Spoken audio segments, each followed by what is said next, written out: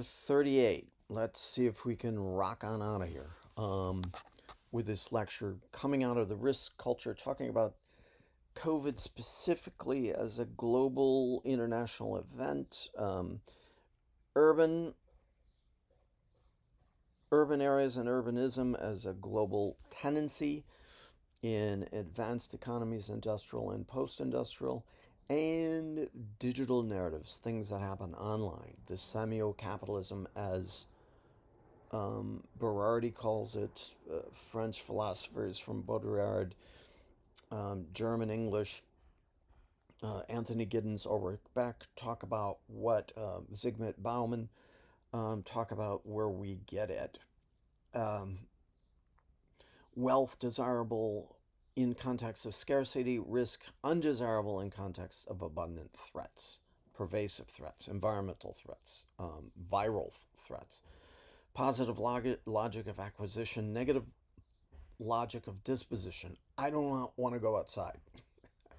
Whether you're rich or poor during COVID, do you want to go on a subway? No, you do not. Do you want to be in your car? Yes, the risk of you getting it is not as pervasive. Wash your hands, wear your mask, so forth.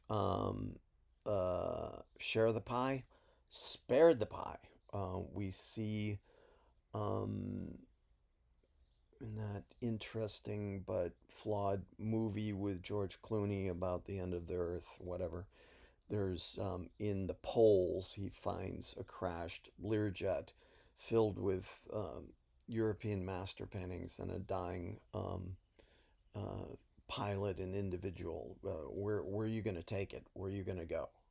Where are you going to go with your wealth? Whether you are Jeff Bezos, can you bulwark yourself against enough pervasive risk? Equality, as we saw in the demonstrations arising out of Minneapolis, and safety. How are we safe when we demonstrate? How are we safe within our houses?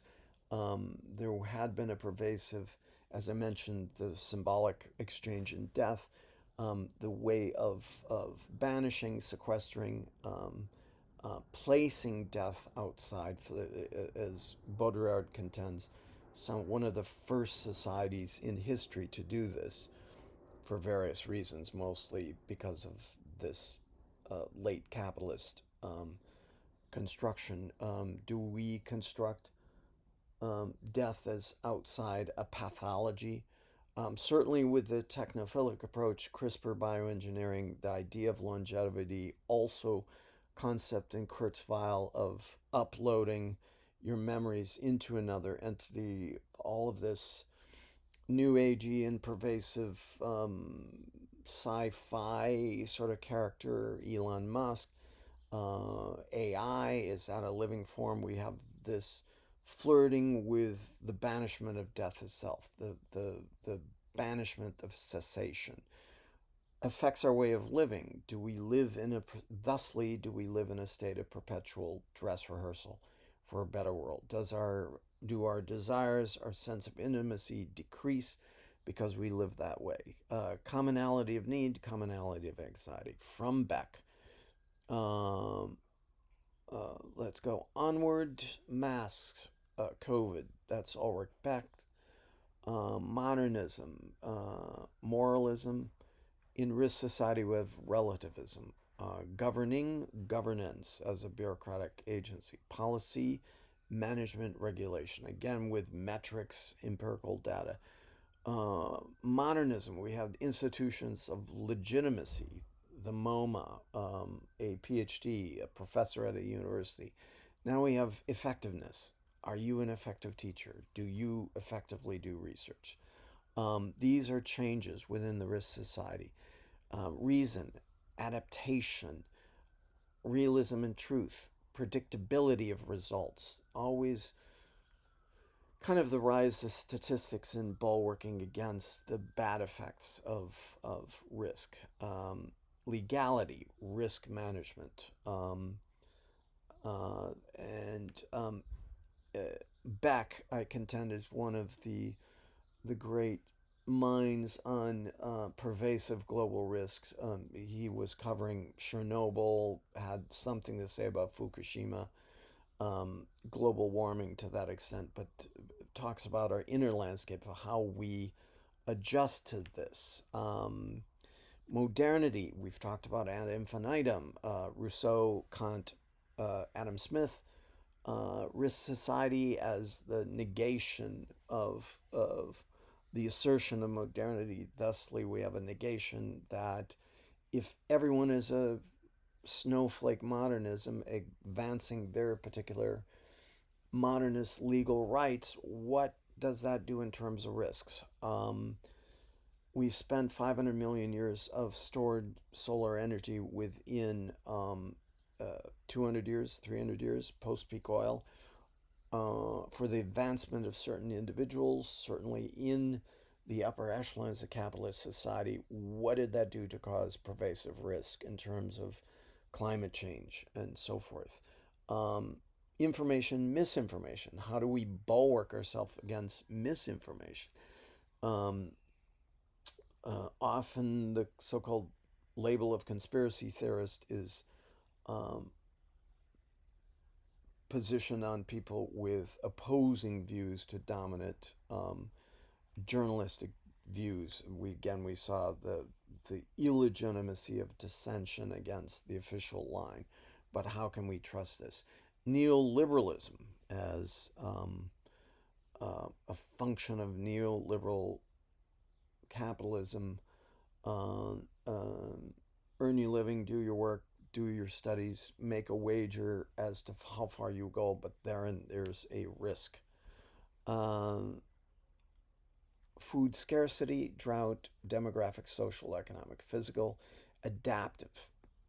Always within risk economy, there's a amongst the rich and the poor, the young and the old. There's a greater sort of adaptive capacity. It talked a little bit about the the kind of wolf packs of Gen Zers who travel with their screens, use their cell phones, and develop sort of appearances in agency and retreating from agency. Um, Generalization. Transparency, performance, measures, objectives, and always within this circle, monitoring.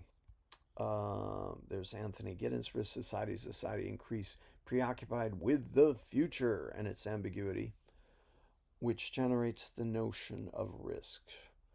Um, further, ecological, modern society, double risk society, pre modern society. Risk society is again a reflexive um, uh, uh, attack on that. Further, we went over this in the past lecture. Risk, ambiguity, uncertainty, ignorance. Um, Unproblematic. If we are intelligent individuals, if we look up our symptoms of an ailment before we go into a doctor, an agent, and the medical profession certainly has changed in the past 20 years after the advent of online health forms. This is all um, part of your way of bulwarking yourself against the bad. Um, very different than merely accumulating wealth. It is the future and backcasting from the future into your present series of decisions. Risk ambiguity, risk assessment, uncertainty, sensitivity, testing, it's still problematic, and total ignorance. Total ignorance as to what, where, when, why, how COVID would spread, how many would it kill, what is the psychological damage out of this as opposed to the real sort of damage, reality of everyday life. Everyday life represents itself as a reality interpreted by men and subjectively meaningful to them as a coherent world. Um, and internalization is social structure. Successful socialization means the establishment of high degree of symmetry between objective and subjective reality, risk society again. This is interesting.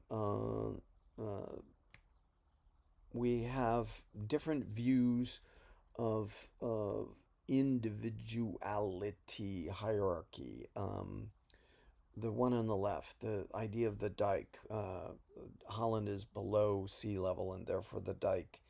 Of all the stories about the boy putting his finger in the dike and stopping a general flood, we have these as metaphors. The staircase, Anglo response. You climb up the staircase. Individualism, the individual in Holland bulwarks and protects the tribe against the dangers. Outer directed, risks outer directed. The staircase in the Anglo society, you ascend the staircase class wise. You go to college, you get the scholarship, you make financial risks, very empirically driven, but is inner directed. The mythos of the cowboy is a very Anglo concept. You ride across the prairie, the plains, looking for gain, looking for ascendancy, perhaps by any means possible. This idea of inner colonization is very important in the cowboy status. Roller coaster, East Asia, Japan, Singapore, Spain, and Spain. Life is a series of ups and downs. Japan, after its bubble, I lived in both Tokyo, Singapore. Bubble economies, places that are at the mercy of larger social forces and so forth, but the metaphors on how managers see their work lives. The managers must deal with the bubble bursting, certainly burst in Singapore. Spain was on a type of ascendancy and then it dissented economically. And in France, good old France, a Gaulish culture must be protected. This was the center of modernity, as we said through Rousseau, a Swiss francophone. Um, uh, the center of the French Revolution. They must create a barricade around French culture, protect it. We have many famous stories about the protectiveness French have against cultural disillusion, the purposeful not teaching of English language as a tool of globalization. Going over to the second, hierarchies, status, equality, status through achievement. We see that staircase metaphor, the logic of economic development. Let's take lower right, let's look at the cowboy themes of the Anglo societies. USA, UK, Sweden, Germany, status through achievement, going to college, scoring valedictorian, being the top of your class, competition by any means possible. Many people move to the United States from other cultures, um, disparage in the sense that we have this cutthroat competition at expense of a life, a family, an extended family. Certainly, examples on Long Island are houses that were originally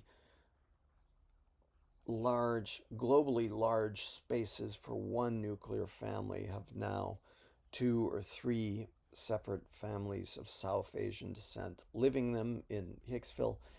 And to the anglicized family next door, this is might be seen as unfair, kind of not playing by the game. So we have status through achievement, equality, a fight for equality, but then designer capitalism is interesting because I've lived in Japan, I lived in Singapore. Um, Hierarchy, there's an East Asian sensibility of hierarchies, um, but you are ascribed your status as rank.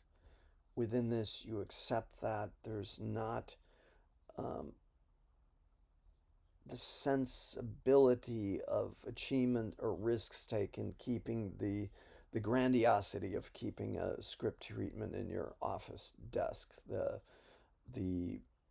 This is, of course, a generalization. The notion of free competition is bulwarked against designer capitalism. When I lived in Singapore, even though they had certain draconian laws, it gave me the feeling of what Scandinavian socialism must be like, that you're ascribed status through this. Moving onward, roles. How do we expect occupants of social status to behave? We got roles, but this is different under risk culture when everyone has the role of assessing and reflecting upon their own risk, rich or poor, living in a culvert or living in a Mac mansion. Uh, Influence, unintended, intended, equating power, force manipulation, persuasion, authority, and moving further, let's see if we can knock this off in the same lecture without getting throttled. The risk, ambiguity, ignorance, uncertainty as a reflexive circle. From the problematic in ignorance, not knowing when the tsunami will hit, therefore the nuclear reactor meltdown, because you might be aware of it as a citizen, but you trust society. Problematic analysis of what, where, when, how COVID actually did start, not quite so much being ascribed in agency and blame, but bulwarking yourself against the risk, being labeled as a cranky conspiracy theorist if you attempt to analyze your own personal risk structure from information or disinformation, official information, not.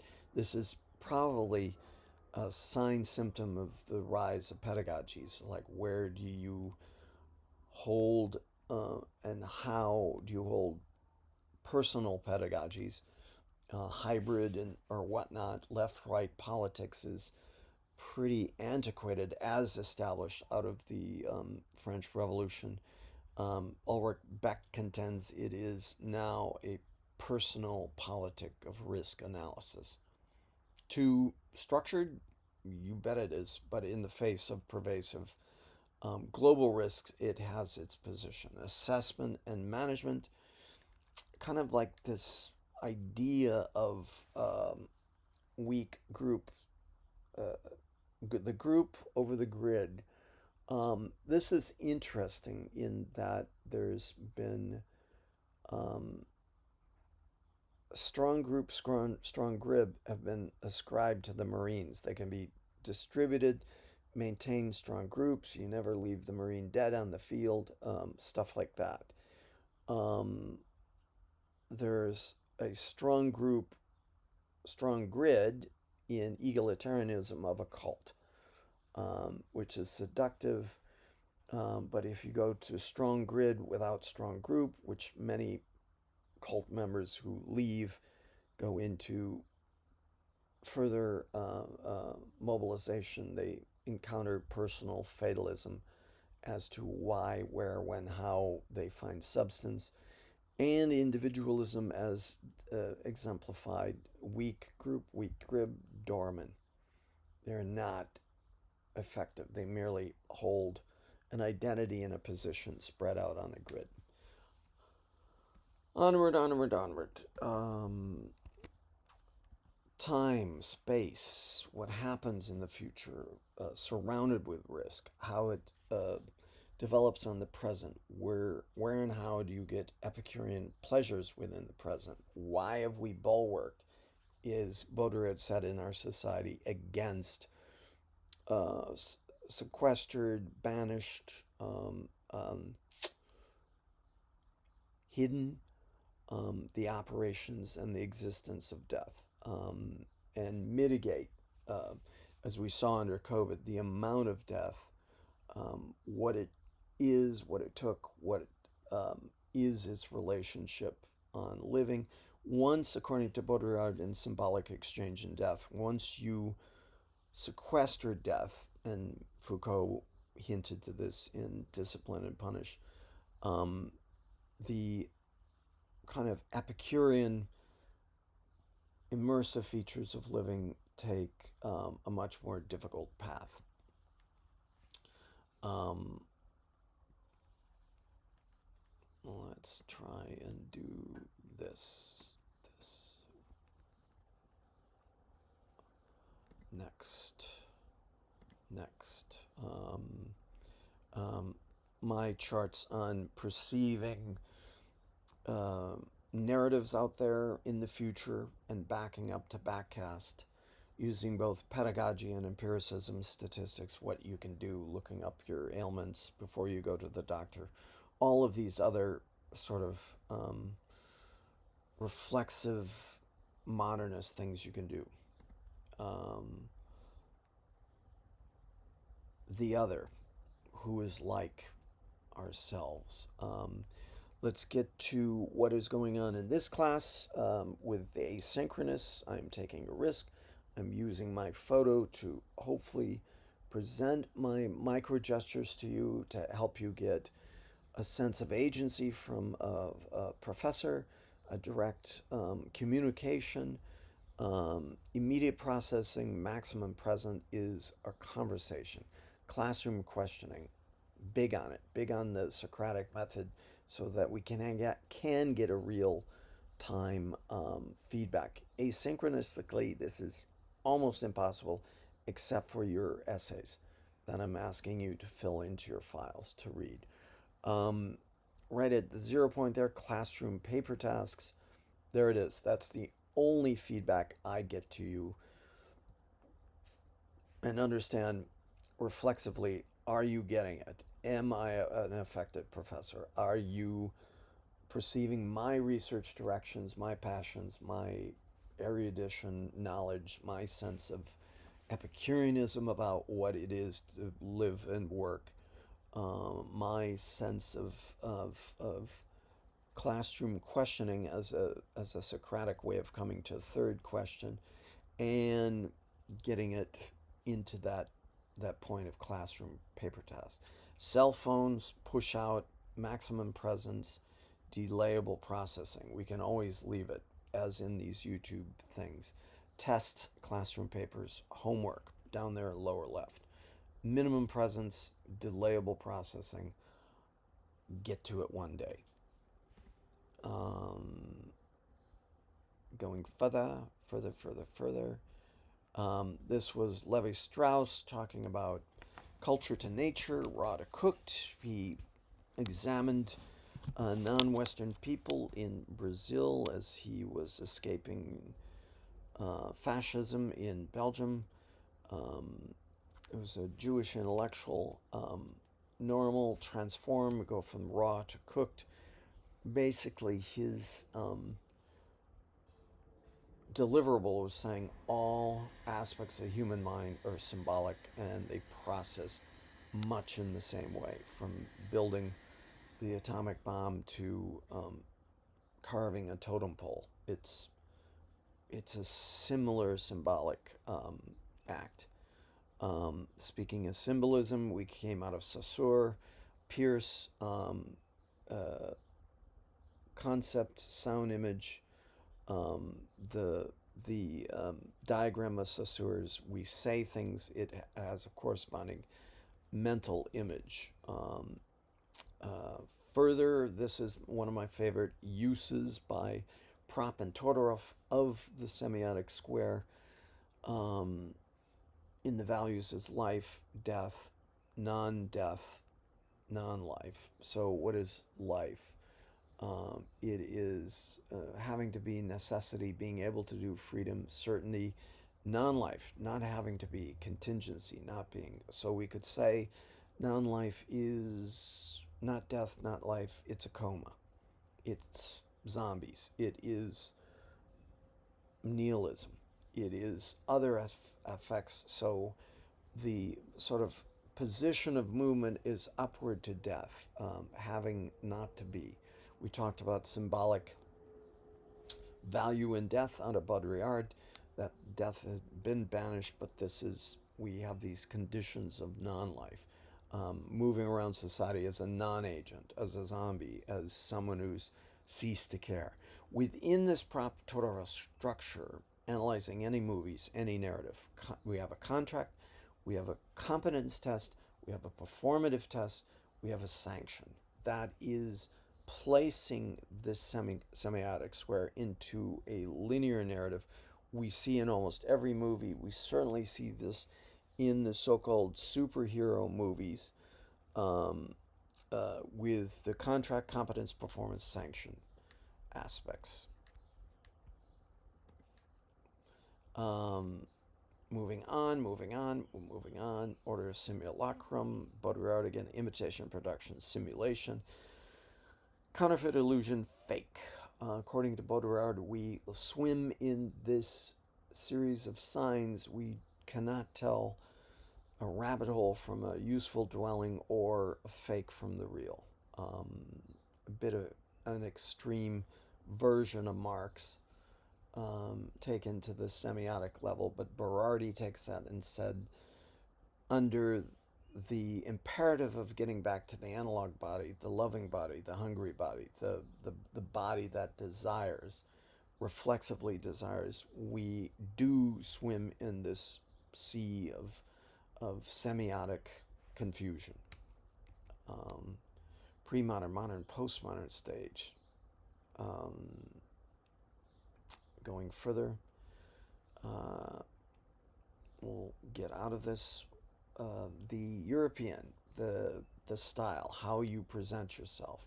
This is a little demonstration on the English, the American, and the Italian suit. What are personal styles within this? I use this in Italy to talk about what is the boots on the ground aspect to modernity, more modernist choices you make out of um, the choice. You have to see what clothes you put on, how and what grammars you use to put this on, and what do these things generally mean. American suit, British suit, Italian suit, what do they project? Brooks Brother, Henry Poole, Zenga, Bironi, Armani, athletic. These are all three athletic looks, but you can see a staunch thing with the American suit. Very different, but very subtle. Body types all slim and athletic. Oh, the Italian suit, slim and athletic. Body type in the American, big, wider build. And body type, big, wider build for the American suit. And the British suit, athletic, muscular, the James Bondy look, but structured shoulders. These are subtle boots on the ground sign of how you conduct yourself in risk modernity, risk society, get the job, look great in your commute, at your place of work, on the subway, in the cab, at the parties later, for men. So it's not just about the objectification of the female, but very subtle indicators and uses of modernity. Going further, Italian, high gorge lines fitted at the waist, high buttons, unstructured shoulders, unlike the padding in the American, low armhole. Very subtle boots on the ground indicators of style, not just consumerism, but preparing, manipulating, deftly, using your semiotics of choice within an urban environment. There we have Roman holiday. There we have the English mods. There we have female partisans in Italy getting rid of the fascists.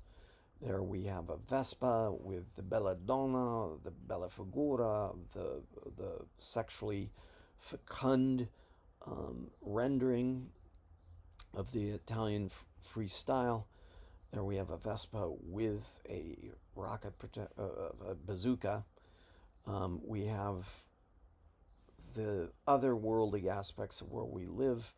Boat people arriving in Italy, and an American girl arriving in Florence, trying to understand the culture. It's kind of a dilettante, kind of the grand tour, being whistled at, jeered at, famous photo. We shall end there. See you next time.